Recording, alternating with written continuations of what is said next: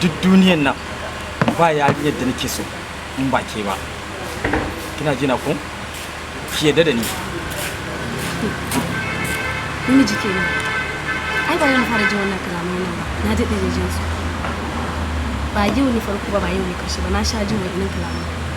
So ba wai wanda za ka iya min yau ne zai sani in yadda da kai.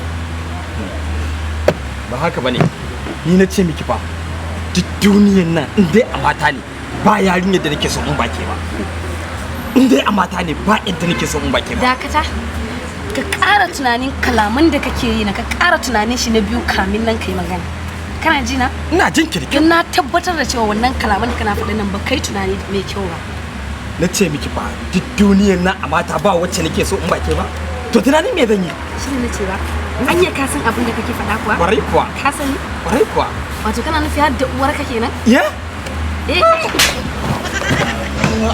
Kai mun daidai dan rabi.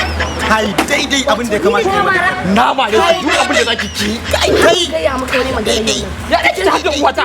Abin da za ta yi. Mata eh? Abin da za ta yi. Yau ne karshen da zaka yi zaka mare yan mata.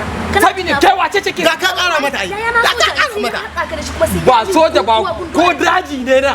Daji ko daji ne na Zaria. Ki faɗa ma. Na so a ce ka ƙara mata. Na so a ce ka ƙara mata. Ki faɗa ma duk magana zaki ƙara mata. Ki faɗa ina nan abin da za ta yi. Kar ta fasa. Kar ta fasa. Kar ta fasa. Na abin da za ta yi. Gara da ya maki haka.